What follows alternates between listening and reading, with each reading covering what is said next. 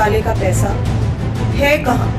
अरविंद जी ने कहा है कि इसका खुलासा कोर्ट के सामने करेंगे। अंदर हो या बाहर? अरविंद केजरीवाल फर्जी ऑर्डर के दम पर सरकार चलाना चाहते हैं, जिस पर भी कई सारे सवाल निर्माण हुए हैं। तो ये कट्टर बेशर्मी का एक प्रदर्शन आज फिर से कर रहे हैं। हाईकोर्ट ने भी कहा है कि इस बात को जांचने की जरूरत है कि क्या ये अरेस्ट मोटिवेटेड है।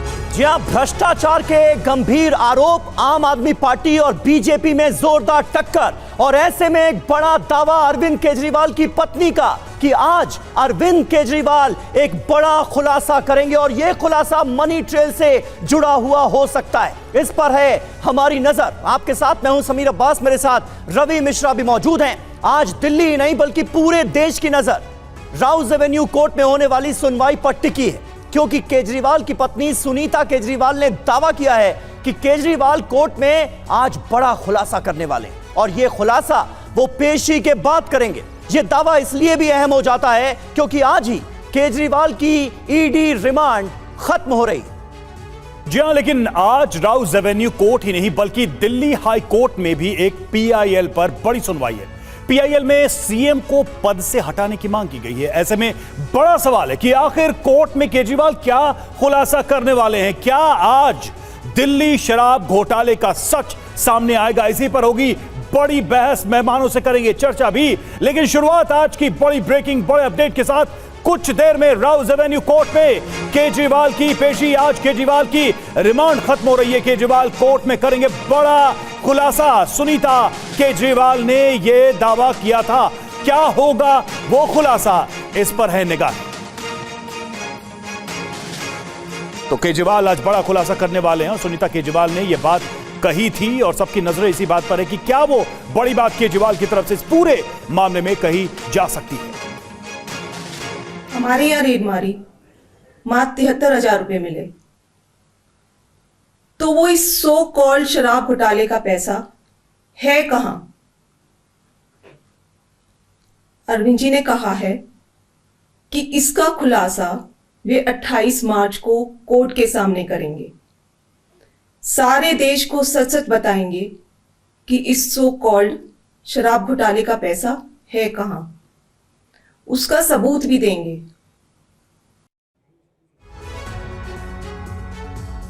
तो देखिए, सुनीता केजरीवाल की तरफ से कल जो रिकॉर्डेड स्टेटमेंट जारी किया गया था उसमें इस बात का जिक्र किया गया कि अरविंद केजरीवाल कोर्ट के सामने बड़ा खुलासा करेंगे। आज का दिन मुकर्रर किया गया है इस खुलासे के लिए, ऐसा सुनीता केजरीवाल का दावा है। रिमांड के आखिरी दिन क्या खुलासा करने वाले हैं केजरीवाल, यह सबसे बड़ा सवाल है। आज कोर्ट में बड़े खुलासे की बात की गई है। सुनीता केजरीवाल की तरफ से यह खुलासा कैसा होगा, कैसे किया जाएगा, इस पर कई सवाल हैं। सुनीता का दावा, घोटाले का पैसा कहां है, इसकी जानकारी देंगे। मनी ट्रेल जिसका जिक्र लगातार ईडी की तरफ से भी किया जा रहा है, मुमकिन है उससे जुड़ा कोई बड़ा दावा आज सामने आए। ईडी रिमांड में अरविंद केजरीवाल का आज 7वां दिन है। बिल्कुल, और आज रिमांड वैसे खत्म हो रही है, इस पर भी नजर रहेगी। ईडी रिमांड खत्म होने पर केजरीवाल की पेशी होगी आज, तो अदालत की कार्यवाही पर भी नजर रहेगी। दोपहर 2 बजे दिल्ली की राउज एवेन्यू कोर्ट में है पेशी, तो इस पेशी पर हमारी नजर रहेगी। एक एक अपडेट आप तक हम देंगे कि कोर्ट में क्या प्रोसीडिंग्स चलती हैं। इस बीच हमारे साथ हमारे सहयोगी और हमारे मेहमान भी जुड़ चुके हैं। सबसे पहले आपका परिचय करा दें। हमारे सहयोगी तो हमारे साथ है ही, जितेंद्र भाटी राउज एवेन्यू कोर्ट में मौजूद है, उनसे अपडेट लेंगे। लेकिन आपको बता दें कि हमारे साथ इस वक्त विवेक शर्मा भी ईडी ऑफिस से जुड़े हुए हैं, साथ ही हरीश खुराना बीजेपी प्रवक्ता हमारे साथ जुड़े हुए हैं, घनिंद्र भारद्वाज आम आदमी पार्टी के प्रवक्ता हमारे साथ जुड़े हुए, शंभुनाथ शुक्ला हमारे साथ इस वक्त जुड़े हुए। लेकिन सबसे पहले अपने संवाददाताओं का रुख करते विवेक शर्मा के पास चलते हैं। विवेक, आज ईडी में क्या हलचल होगी? बात की जाए तो 6 दिन की कस्टडी के बाद आज अरविंद केजरीवाल को राउज एवेन्यू कोर्ट में पेश किया जाने वाला है। उनको 6 दिन की 21 तारीख को गिरफ्तार किया गया था, 22 तारीख को राउज एवेन्यू कोर्ट में पेश किया गया था और उसके बाद 6 दिन की कस्टडी ईडी को मिली थी। तो अभी ईडी ऑफिस के अंदर अरविंद केजरीवाल मौजूद है, जहां उनसे पूछताछ लगातार जारी है। जो भी ईडी को सबूत मिले थे उसके आधार पर उनसे क्वेश्चनिंग की गई थी और कयास लगाए जा रहे हैं कि एक बार फिर ईडी कोर्ट के अंदर अरविंद केजरीवाल की कस्टडी की मांग कर सकती है, क्योंकि इस पूरे मामले में बिल्कुल विवेक, तो ईडी अपनी तैयारी कर रही है और दूसरी तरफ राउज एवेन्यू कोर्ट में आज क्या हो सकता है, जितेंद्र भाटी, इस पर सबकी नजरें हैं, क्योंकि बहुत बड़ा दावा कर दिया है सुनीता केजरीवाल ने कि आज कोर्ट के अंदर बड़ा खुलासा कर सकते हैं अरविंद केजरीवाल। क्या हो सकता है, क्या मुमकिन है? बिल्कुल, देखिए आज जब कोर्ट में अरविंद केजरीवाल को पेश किया जाएगा तो ईडी को तो ये बताना ही होगा कि पिछले दिनों जो रिमांड थी उनकी, यानी कि 22 तारीख से लेकर के 28 मार्च तक की, उसके बीच क्या कुछ उनसे पूछताछ की गई, आगे रिमांड चाहिए नहीं चाहिए। लेकिन अरविंद केजरीवाल भी अपनी तरफ से एक खुलासा करेंगे। खुलासा इस बात को लेकर के है जिस तरीके से उनकी पत्नी सुनीता केजरीवाल, जो कि कोर्ट के आदेश के बाद में उनसे मिलने की अनुमति उन्हें मिली थी, वो ये बताएंगे कि आखिर ये कथित घोटाला है क्या और जिस पैसे की बात की जा रही है, मनी ट्रेल की बात की जा रही है, वो पैसा कहाँ है। देखिए जो मेरा अंदाजा है अभी तक का वो ये है कि इससे पहले भी आम आदमी पार्टी शरद को लेकर के जो रेड्डी है उसको लेकर के सवाल उठाती रही है कि वो भी इस मामले में आरोपी था। उसकी तरफ से जब वो गवाह, उसके रेड पड़ी, गिरफ्तारी हुई, उसके बाद इलेक्टोरल बॉन्ड से पैसा जो है वो पॉलिटिकल पार्टीज को दिया गया और फिर वो मामले में गवाह बन जाता है और इसका फायदा उसको मिलता है, गवाही का उसको जमानत मिल जाती है। तो इस बात का जिक्र अरविंद केजरीवाल भी कर सकते हैं। इसके अलावा क्या खुलासे होंगे ये इसके लिए थोड़ा सा हमें जरूर करना पड़ेगा। कैसे, कहां ये खुलासा होगा, इस पर हमारी नजर होगी। घनेंद्र भारद्वाज हमारे साथ मौजूद है आम आदमी पार्टी से। घनेंद्र जी, ये कैसा खुलासा होने जा रहा है? ऐसा खुलासा जिसके लिए आप लोग अरविंद केजरीवाल की गिरफ्तारी का इंतजार कर रहे थे कि पहले वो गिरफ्तार हो उसके बाद आप लोग खुलासा करें। देखिए समीर जी, ईडी की कस्टडी में भी मुख्यमंत्री जी हैं। हाँ। और मुख्यमंत्री जी ने संदेश भिजवाया कि वो आज कोर्ट के सामने कई चीजों का खुलासा करेंगे। तो निश्चित तौर पर कुछ चीजें ऐसी होंगी, क्योंकि 7 दिन से वो ईडी की कस्टडी में है, तो 7 दिन से हो सकता है कि ईडी की कस्टडी में उन्होंने कुछ ऐसी बातें उनको उनके नॉलेज में आई हो, कुछ ऐसी चीजें उनके जिक्र में आई हो और कुछ ऐसी बातें जो अभी तक रह गई होंगी उन सबका कोर्ट में के सामने खुलासा होगा। तो मेरा यह मानना है कि आपको भी इंतजार करना चाहिए, मुझे भी इंतजार करना चाहिए और पूरे देश को इंतजार करना चाहिए कि मुख्यमंत्री जी क्या कहना चाह रहे हैं। यानी आप ये कह रहे हैं कि ये ऐसी कोई बात नहीं है जो आपको पहले से पता थी, ये ऐसी कोई बात होगी जो कि ईडी की 7 दिन की कस्टडी में अरविंद केजरीवाल को पता चली है। देखिए ये भी हो सकता है और कुछ बात अगर मान लो इस जो so called excise liquor scam है इससे जुड़ी अगर कुछ बात होगी तो हमें कोर्ट तक का इंतजार करना चाहिए कि कोर्ट रूम में अरविंद केजरीवाल क्या कहते हैं। और दूसरी बात समीर जी, अभी आपके संवाददाता जितेंद्र भाटी जी ने बोला और पिछले 3 दिन से मैं और आप कई बार चर्चा में बैठ चुके हैं, हम बार बार भारतीय जनता पार्टी के लोगों से एक सवाल पूछ रहे हैं कि शरद रेड्डी से आपका रिश्ता क्या है। शरद रेड्डी से 60 करोड़ रुपए लेके आपने शरद रेड्डी को बेल क्यों दिलवाई? ठीक है, आपने हरीश खुराना जी 60 करोड़ रुपए लिए तो ईडी, चलिए बीजेपी के प्रवक्ता के सामने आपके सवाल आपने रख भी दिए और साथ ही हरीश जी मैं भी एक सवाल कर देता हूं। आज जो खुलासा होने वाला है, क्या आप लोग घबराए हुए उसे? क्योंकि वो तो साफ कह रहे कि आज दूध का दूध पानी का पानी हो जाएगा, पैसा कहां गया ये आज पता चल जाएगा। देखिए 1.5-2 साल से केस चल रहा है, पिछले 7 दिन से रिमांड पर हैं, 6 महीने से इनको सम्मन पे सम्मन आ रहे हैं। इनको ब्रह्म ज्ञान तब नहीं आया कि क्या खुलासा करना है। अचानक से जब जेल में गए, जेल से उनको कुछ ब्रह्म ज्ञान आया और कोई खुलासा करने जा रहे हैं। सुनीता केजरीवाल के जरिए खुलासा नहीं कर रहे, खुद अपने जरिए अपने कोर्ट रूम में खुलासा करेंगे। कारण क्या है कि इनको लग रहा था कि इनके जेल जाने के बाद एक बहुत बड़ा तूफान आएगा और लोग सड़कों पे आ जाएंगे। वो ऐसा कुछ नहीं हुआ, फेल हो चुका है। लोग उल्टा खुश हैं इनके जेल जाने से। अब चूंकि ये मीडिया में बने रहना है और अरविंद केजरीवाल जी को वहां पे दिखाना है कि मैं भी हूँ, मैं भी वहां पे हूँ, इसलिए वो कोर्ट रूम से करे ताकि आपका टॉकिंग पॉइंट बना रहे, पूरे दिन ये चलता रहे कि क्या बोला क्या नहीं बोला। लेकिन सच्चाई ये है जो अभी घनेंद्र जी बोल रहे थे कि उन्होंने बोलना वही है जो पिछले 4 दिन से इनके प्रवक्ता रटे रटाए डायलॉग बोल रहे हैं, रेड्डी रेड्डी करी जा रहे हैं। सच्चाई ये है, अभी जो कह रहे मेरा जवाब नहीं आया, ठेके तुम दो, बेनिफिट तुम दो, सब कुछ तुम करो हैं और आप आरोप लगाओ कि हमने रिश्वत खाई। सवाल ये है शरद चंद्र रेड्डी की जो ये बातें कर रहे हैं, इनसे ये पूछिए कि उनकी बेल क्यों मिली। उनको बेल मिली थी हेल्थ ग्राउंड के ऊपर, हेल्थ ग्राउंड के ऊपर तो सत्येंद्र जैन को भी बेल मिली थी और उसका विरोध ईडी ने नहीं किया था। तो इसका मतलब कोई रिश्ता क्या कहलाता है, ये भी सत्येंद्र जैन से बता दीजिए कि सत्येंद्र जैन ने भी कोई सेटिंग की थी क्या। इसलिए मेरा कहना है कि ये ऊल जुलूल बातें जो ये कर रहे हैं ना, ठीक है, इनका कोई सिर पैर नहीं है, इनके पास कोई बेस नहीं है। अगर इतना बेस है तो जाके कोर्ट में रख दे कि हाँ भाई ये भ्रम ज्ञान हमें आया था, ये कोर्ट में रखा है और कोर्ट इसका संज्ञान ले लेगा। लेकिन सवाल ये है कि यहाँ पे आके पॉलिटिकल नेरेटिव सेट करने की कोशिश, ठीक है, आप कह रहे हैं पॉलिटिकल मैसेज देने की कोशिश है। शंभुनाथ शुक्ला जी हमारे साथ मौजूद हैं, वरिष्ठ पत्रकार। शंभुनाथ जी, किस तरह से आप इस पूरे मामले को देखते हैं, क्योंकि इस पूरे केस के दो पक्ष हैं, एक तो कानूनी पहलू है और एक दूसरा पब्लिक परसेप्शन, जिसके राजनीति में बड़े मायने होते हैं, वो क्या जाता नजर आ रहा है? क्योंकि अरविंद केजरीवाल जेल के अंदर से लगातार अपने मंत्रियों को निर्देश दे रहे हैं, अब बड़े खुलासे की बात की जा रही।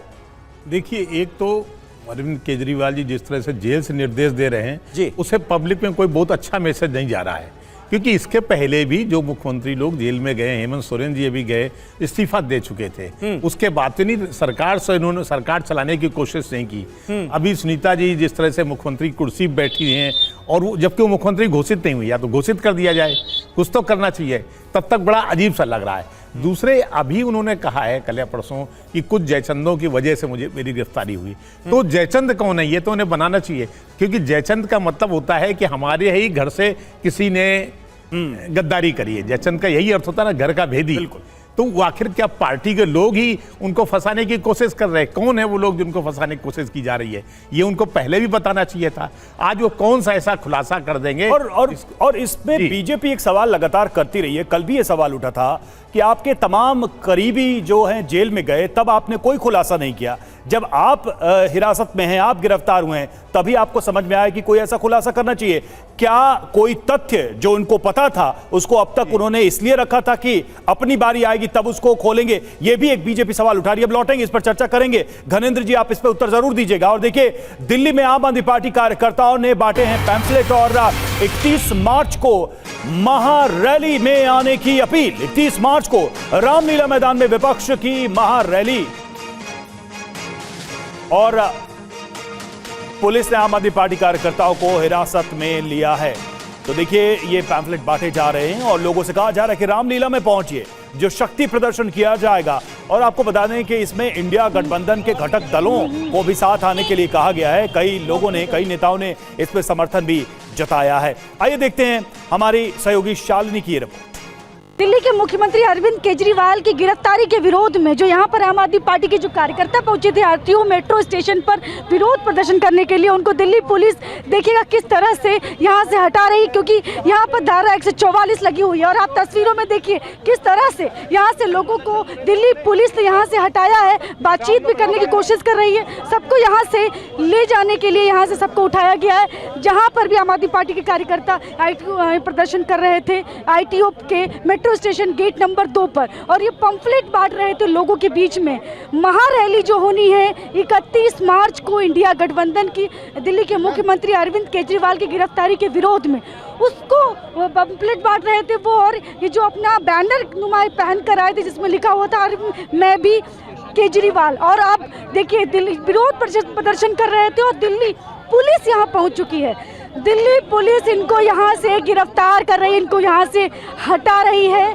देखिएगा, आप तस्वीरों में देख सकते हैं साफ किस तरह से दिल्ली पुलिस इनको यहाँ से हटा रही है। ये देखिए कैसे यहाँ पर हम आप जिंदाबाद, लड़ेंगे जीतेंगे, लड़ेंगे जीतेंगे, अरविंद केजरीवाल जिंदाबाद। देखिए यहाँ पर जब कार्यकर्ताओं को लेकर जा रही है वो तस्वीरें देखिए, और यहाँ पर जिंदाबाद के नारे लगाते हुए जो कार्यकर्ता जो हैं वो दिल्ली पुलिस जो है उनको गाड़ी में ले गई कुछ लोगों को। और ये हम आपको तस्वीर में दिखा रहे हैं कैसे लेकर जा रही है दिल्ली पुलिस, क्योंकि धारा 144 लगी हुई है। यहाँ पर कोई भी प्रदर्शन नहीं कर सकता। वो तस्वीरें देखिए आप, वो तस्वीर देखिए लेकर जा रही है, और लोग कार्यकर्ता जो विक्ट्री का साइन दिखा रहे हैं। और उधर तब जो भी कार्यकर्ता यहाँ पर पहुँच रहे हैं प्रदर्शन करने के लिए, सबको दिल्ली पुलिस यहाँ से हटा रही है। और ये जो महिला कार्यकर्ता थी वो भी प्रोटेस्ट कर रही थी, उनको भी हटाने के लिए दिल्ली पुलिस पहुँची है और उनको भी यहाँ से हटाया जा रहा है। तो ये आईटीओ मेट्रो स्टेशन है गेट नंबर 2, जहाँ पर ये प्रोटेस्ट करने के लिए पहुँचे थे।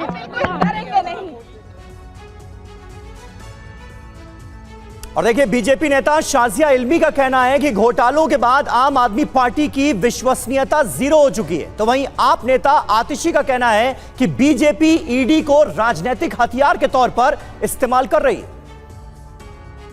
इनकी विश्वसनीयता जीरो हो गई है, बजाय ये बताने के कि क्यों विजय नायर द्वारा इनको फोन किया गया, क्यों किस तरह से वो पैसा आया, 45 करोड़ का जो खर्चा हुआ, क्यों साउथ लॉबी को बाकायदा इस्तेमाल किया गया, क्यों उन्होंने नई पॉलिसी लाए, क्यों उन्होंने पॉलिसी वापस ली, क्यों राजस्व इतना घटा, क्यों मुनाफाखोरी हुई, क्यों ब्लैक लिस्टेड कंपनियों को इसमें इजाज़त दी गई, क्यों नए नए जोन्स खोले गए, इसका जवाब नहीं दे रहे हैं। दुनिया भर की बातें कर रहे हैं।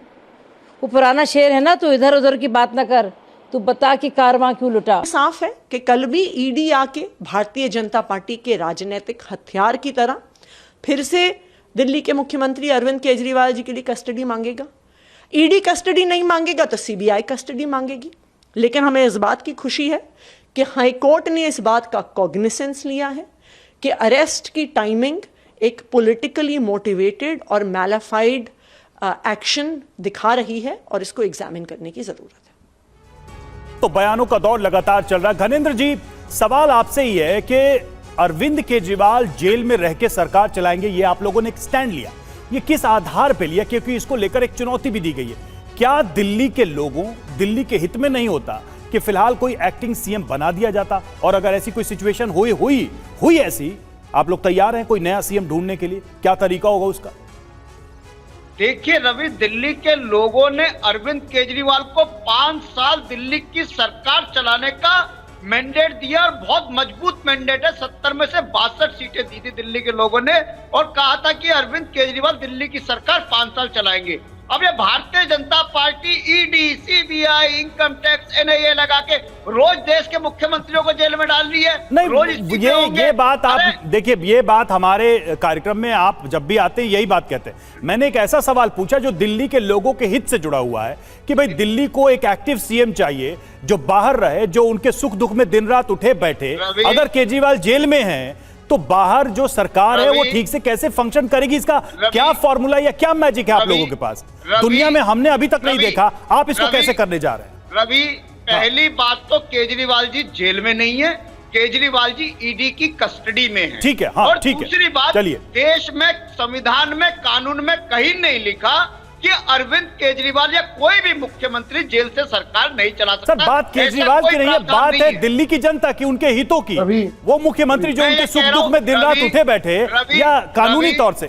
रवि, अरविंद केजरीवाल जी जितने बाहर खतरनाक थे उससे ज्यादा कई खतरनाक वो ईडी की कस्टडी में। ईडी की ये तो बहुत बड़ी बात, बहुत बड़ी बात आपने कह दी कि जितने खतरनाक बाहर नहीं थे उतने खतरनाक अंदर हैं। समझ रहे हैं हरीश खुराना साहब इसका मतलब क्या है? और बार बार देखिए ये कहा जा रहा है कि भाई कानून में पूरी छूट है, जब तक वो दोषी नहीं साबित हो जाते तब तक वो जेल से सरकार चला सकते हैं। लेकिन दिल्ली के एलजी का एक बहुत सधा हुआ बयान हमने सुना जिसमें वो कहते नजर आ रहे हैं कि जेल से दिल्ली सरकार नहीं चलने दी जाएगी। इसका क्या मतलब है हरीश जी? अमीर, टेक्निकली आप कह सकते हो कि वो सरकार चला सकते हैं, चाहे वो जेल में हो चाहे वो कहीं भी हो, लेकिन अगर आप प्रैक्टिकली देखिए ये फीजिबल भी नहीं है और पॉसिबल भी नहीं है। बार बार कई दस्तावेज जो होते हैं वो थोड़े सीक्रेट दस्तावेज होते हैं जो सीएम को एक्सेस होते हैं। अब बिना दिखाए हुए, बिना जेल अथॉरिटीज को दिखाए हुए या ईडी के अथॉरिटीज को दिखाए हुए आप सीएम के आगे नहीं रख सकते। वो चीजें जो हैं वो कहीं ना कहीं प्रैक्टिकली पॉसिबल नहीं होती हैं। लेकिन सवाल एक दूसरा भी उठता है। नहीं, ये बात अलग है ना हरीश जी थोड़ा सा इसी पर बात कर लें कि प्रैक्टिकली पॉसिबल नहीं है, प्रैक्टिकली बहुत सारी समस्याएं आ सकती हैं, बिल्कुल सही बात है। लेकिन दिल्ली के एलजी कह रहे हैं जेल से नहीं चलने दी जाएगी दिल्ली की सरकार। इसका क्या मतलब है? क्या करने वाले हैं आप लोग? देखिए समीर भाई, मैं उसी बात पे आ रहा था। दो चीजें इसके अंदर एस्पेक्ट में, एलजी की बात पे तो बाद में आऊंगा, लेकिन मैं याद करिए ये लोग क्या कहते थे कि अगर आपके ऊपर आरोप लगे ना तो इस्तीफा पहले होना चाहिए, उसके बाद जांच बाद में होनी चाहिए। आज जब अरविंद केजरीवाल के ऊपर खुद पे आई तो इस्तीफा नहीं देंगे, जेल से सरकार चलाएंगे। ये है इन लोगों की वो। और एक तरफ ये लोग हैं और एक तरफ मैं एग्जाम्पल दे रहा हूँ अपने पिताजी का। मुख्यमंत्री थे दिल्ली के, 3 लाख रुपए का आरोप लगा था उनके ऊपर हवाला के जरिए, जो 3 लाख रुपए का आरोप मिनट से पहले ठोकर मार दी थी सीएमशिप को। तो इसलिए ये ज्ञान जो देते ना बहुत इतना आसान नहीं होता। ठीक है, लेकिन ये उदाहरण अब जो एलजी साहब ने हमने कही, देखिए वही मेरा कहना है एलजी साहब इज अ कॉन्स्टिट्यूशन के संरक्षक भी हैं दिल्ली के, वो एश्योर करेंगे कि कहीं चलिए ये बहुत एक महत्वपूर्ण कॉन्स्टिट्यूशनल और दिलचस्प पॉइंट उठाया आपने। शंभुनाथ शुक्ला जी हमारे साथ स्टूडियो में हैं, वो बेहतर उत्तर बता पाएंगे। सर, जब एक मुख्यमंत्री संविधान की शपथ लेकर पद लेता है तो उसमें लिखा रहता है कि यह पद और गोपनीयता की शपथ है, ये साफ साफ है। तो शंभुनाथ जी, अगर जेल से डॉक्यूमेंट्स आ रहे हैं, जा रहे हैं, जेल के मैनुअल के हिसाब से वो चेक होंगे, क्या संविधान में उस शपथ का उल्लंघन नहीं होगा? और ऐसी स्थिति में संविधान में शपथ के प्रावधान की रक्षा करना किसका दायित्व है? रवि, निश्चित तौर पे ये संविधान का उल्लंघन ही माना जाएगा। अब कितना कहा जाए कि संविधान में ऐसा कहीं नहीं लिखा कि जेल से सरकार चलाने का कोई निषेध है, लेकिन इसके पहले एक लोकतंत्र में कुछ उदाहरण भी होते हैं, कुछ नैतिकताएं होती हैं। इसके पहले बिहार में लालू जी जब जेल गए थे तो उन्होंने मुख्यमंत्री नियुक्त किया था। उसी तरह अभी हेमंत सोरेन जी जब ईडी के गिरफ्तार किए गए तब भी उन्होंने बाकायदा इस्तीफा दे दिया था और एक नया मुख्यमंत्री नियुक्त हुआ था। आम आदमी पार्टी का एक प्रचंड बहुमत है, उसका एक विधायक दल है, तो क्यों न बेहतर रहे कि बजाय सुनीता जी जिस तरह उन्हें निर्देश दें कि आम आदमी पार्टी अपने विधायक मंडल से किसी को मुख्यमंत्री नियुक्त कर दे और वो फैसला करे। नहीं तो आपने सुना ना घनेंद्र जी को दो बातें कही कि चलेगी सरकार जेल से ही, और जेल में और ज्यादा खतरनाक है। नहीं तो ये स्टैंड क्या बताता है?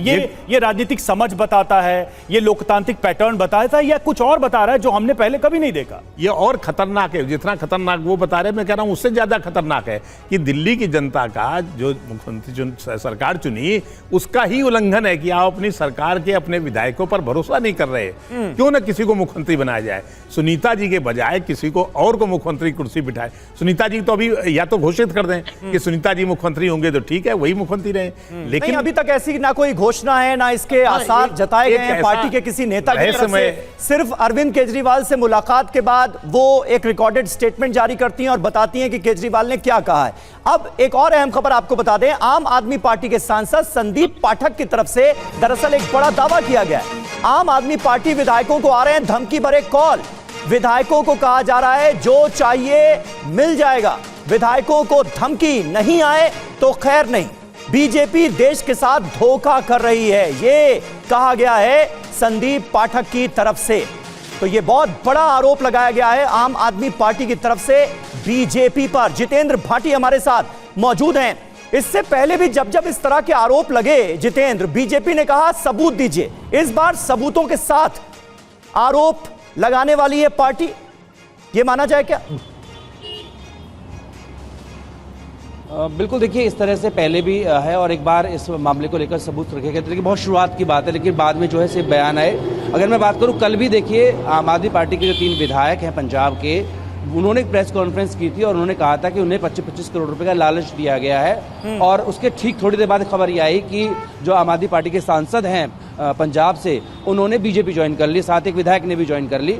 अब जो संदीप पाठक है, आम आदमी पार्टी के सांसद भी हैं, साथ ही संगठन मंत्री भी हैं, उनकी तरफ से दावा किया गया कि ऐसे बहुत सारे विधायकों को कॉल्स आ रही हैं, उन्हें धमकाया भी जा रहा है, उन्हें प्रलोभन भी दिया जा रहा है, लालच भी दिया जा रहा है कि आप आइए, आपको सब कुछ मिलेगा। तो आम आदमी पार्टी लगातार ये आरोप पहले भी लगाती रही है और देखिए वो आरोप फिर से एक बार सामने आ रहे हैं कि उनके विधायकों को तोड़ने की कोशिश यहाँ पर की जा रही है। हरीश खुराना जी हमारे साथ मौजूद हैं। हरीश खुराना जी, इस पर एक रिएक्शन आपका। आखिर ये एक बड़ा आरोप लगाया गया है आम आदमी पार्टी की तरफ से, यानी अरविंद केजरीवाल के जेल जाने का फायदा आपकी पार्टी उठाने की कोशिश कर रही है और आम आदमी पार्टी के विधायकों को तोड़ने का काम जो है वो शुरू हो चुका है। इस पर जवाब। समीर भाई, आम आदमी पार्टी के लोग रोज उठते हैं, सुबह उठते हैं और एक नई मनोहर कहानियां गढ़ने की कोशिश करते हैं। मैं इसको मनोहर कहानियां बोलूंगा। पिछले 3-4 बार से बोल चुके हैं कि ऑपरेशन लूटस हो रहा है, ऑपरेशन लूट हो रहा है, लेकिन आज तक कोई सबूत नहीं दिया। हमने तो उल्टा पुलिस कमिश्नर को कंप्लेन भी की थी, याद करिए, पुलिस कमिश्नर को हमारे प्रदेश अध्यक्ष गए थे और कंप्लेन भी की थी कि नाम बताएं, ऐसा झूठा आरोप मत लगाएं, हिम्मत है तो नाम बताइए, किसका फोन आया था, किसको फोन किया, किसने फोन किया, जरा बताएं। लेकिन ये बता नहीं पाए। सवाल यही उठता है कि प्रॉब्लम, मैं आपको बता दूं असलियत क्या है। असलियत ये था कि इनको लग रहा था आम आदमी पार्टी को कि अगर केजरीवाल अंदर जाएंगे तो एक बहुत बड़ी सिंपैथी मिलेगी, लोग सड़कों पे आ जाएंगे, कार्यकर्ता इकट्ठे हो जाएंगे। कार्यकर्ता इकट्ठे नहीं हो रहे हैं। इसी का मैं एग्जांपल 10 सेकंड और कल याद हो सौरभ भारद्वाज ने कहा था कि मेरी आम आदमी अरविंद केजरीवाल की आज्ञा सड़कों पर और जो हम सेशन बुला रहे हैं, क्या हुआ? 2.5 मिनट के अंदर सेशन खत्म कर दिया। ठीक है, कहां गई वो आज्ञा? ठीक है, कहां गई अरविंद केजरीवाल की आज्ञा? धनेंद्र जी, इसलिए आम आदमी पार्टी के विधायक इकट्ठे नहीं हो रहे हैं। धनेंद्र जी अपने कार्यक्रम के माध्यम से समीर 10 सेकंड और दीजिए, मुझे कंप्लीट करने दीजिए। ठीक है, कल आपने नोटिस किया होगा, इनके 62 एमएलए हैं और जो विधानसभा के अंदर जब सेशन हुआ था और 42 एमएलए थे सिर्फ, 42 20 कहां चले गए? इनको यही प्रॉब्लम है कि कहीं आम आदमी पार्टी के विधायक जो हैं वो अगर अरविंद केजरीवाल जेल में है तो इधर उधर ना भाग जाए, सिर्फ यही प्रॉब्लम। ठीक है, चलिए अब रिस्पॉन्ड ले लेते हैं। घनेंद्र जी, TV9 भारतवर्ष इस कार्यक्रम के माध्यम से आपको यह अवसर देता है, उन लोगों के नाम बताइए जो आपके विधायकों को डरा रहे हैं, धमका रहे हैं। मैं तो एकदम खुला आपको अवसर दे रहा हूं, आप पूरे देश को बताइए ना, अभी बता दीजिए, किस्सा खत्म हो जाएगा, ये लाजवाब हो जाएंगे। रवि, मुझे आप 60 सेकंड दो, पहले तो मैं आपको बताता हूँ जेल से सरकार कैसे चलेगी, वो थ्योरी बताता हूँ। इस देश में सर मेरे सवाल का पहले उत्तर दीजिए, उसका दे लीजिएगा। मैंने आपको कहा कि ये बड़ा गंभीर आरोप है कि फोन कॉल करके धमकी दी जा रही है। आप एकदम अपॉर्चुनिटी है, आप ये मत कहिए कि आपको मौका नहीं मिला। बताइए नाम TV9 भारतवर्ष को। कल हमारे पंजाब के 3 विधायकों ने प्रेस कॉन्फ्रेंस करके उनके नाम और टेलीफोन नंबर प्रेस कॉन्फ्रेंस में उजागर करे हैं। अब भारत की सरकार को इनकी एजेंसीज को उसकी जांच करनी चाहिए कि किसके नंबर है, किसने कॉल करा, कब कॉल करा। उन्होंने तो नंबर और नाम दोनों उजागर कर दिए कल प्रेस कॉन्फ्रेंस में। पंजाब में आपकी सरकार है, आप जांच करा रहे हैं? पंजाब में आपकी सरकार है, आपने जांच कराई उसकी? मैं कह रहा हूं, और उसके तुरंत बाद उसका इफेक्ट देखने को मिला ऑपरेशन लोटस का। हमारे एमएलए और सिटिंग एमपी को बीजेपी ने तोड़ दिया, वो चले गए 25-25 करोड़ रुपए लेके भारतीय जनता पार्टी में। उसका एग्जाम्पल तुरंत सामने आ गया। जो प्रेस कॉन्फ्रेंस करी 5 मिनट बाद उस प्रेस कॉन्फ्रेंस का सच्चाई सामने आ गई। हरीश जी उत्तर दीजिए, हरीश जी उत्तर दीजिए। चला गया ऑपरेशन लोटस सक्सेसफुल हो गया। हरीश जी का उत्तर सुन लीजिए। सर गजब लॉजिक है। देखिए पंजाब कह रहे हमें नाम दिए हमने, भाई पंजाब में सरकार तुम्हारी, पुलिस तुम्हारे पास, CID तुम्हारे पास, अरे जाके गिरफ्तार करो ना। देखिए मैंने आपके बीच में नहीं बोला यार, मैंने अरे तुम्हें चाहिए होते ना हर बार, सबूत तुम्हें चाहिए होते हर बार, अब सबूत दे दिया। नहीं हरीश जी एक बड़ी बात उनकी तरफ से ये कही जा रही है कि पंजाब में कल आम आदमी पार्टी के एक विधायक, एक सांसद ने आपकी पार्टी यानी बीजेपी ज्वाइन की है। घनेंद्र जी कह रहे हैं उन्हें खरीदा गया है। ये कहते रहो नो मनोहर कहानियां गढ़ रहे हैं। खरीदा गया, उनसे पूछ लीजिए कि कितने में खरीदा। सवाल ये है कि इनके सामने बिकाऊ है क्या, इनके लोग बिकाऊ है क्या? कभी इससे बड़ा कोई सबूत हो सकता है? नहीं बोला। नरेंद्र जी आप जवाब तो देने दीजिए ना उनको। अरे भाई हमारे एक एमपी एक एमएलए तोड़ के चला गया, इनके पास 25-25 करोड़ नहीं बोला। ठीक है, आपके आरोप सुन लिए हमने, समझ में आ गए सबके। हरीश जी उसी का जवाब दे रहे थे। जी हरीश जी। धनेंद्र जी का हालत देखिए, इनको अपने विधायकों पर विश्वास नहीं है। वो कह रहे कि इनके विधायक बिकाऊ हैं, मतलब जो व्यक्ति इनके साथ है मतलब वो कह रहे कि बिकाऊ ले जाओ। गजब लॉजिक है यार, थोड़ा सोचा करियो क्या बोल रहे हो कि जब तक तुम्हारे साथ थे 25 करोड़ बिक गए वो, मतलब ऐसे लोगों को तुमने रखा हुआ था। गजब लॉजिक देते हैं। मुझे सवाल इसी बात का है। और दूसरी बात जो कह रहे हैं हमने आरोप लगाया, हमने प्रेस कॉन्फ्रेंस करी, अरे भैया गिरफ्तार करो ना उस व्यक्ति को, सामने लाओ उस व्यक्ति को, कौन सा बीजेपी का आदमी है। गजब लॉजिक देते हो। अरे बाबा पुलिस तुम्हारी है ना। जी एक सवाल अब इस पे बनता है, एक सवाल इस पे बनता है। जो पार्टी ये कहती है कि भगत सिंह हमारे आदर्श है, हम तो सच्चाई के लिए, ईमानदारी के लिए फांसी पर चढ़ जाएंगे, क्या किसी के फोन कॉल से डर के वो पार्टी ही छोड़ देगी, विचारधारा ही छोड़ देगी, रास्ता बदल देगी? ऐसे नेता हैं क्या पार्टी में? क्या ऐसा इंप्रेशन चला जाएगा आम आदमी पार्टी अगर ये एलिगेशन लगातार लगाती रही तो?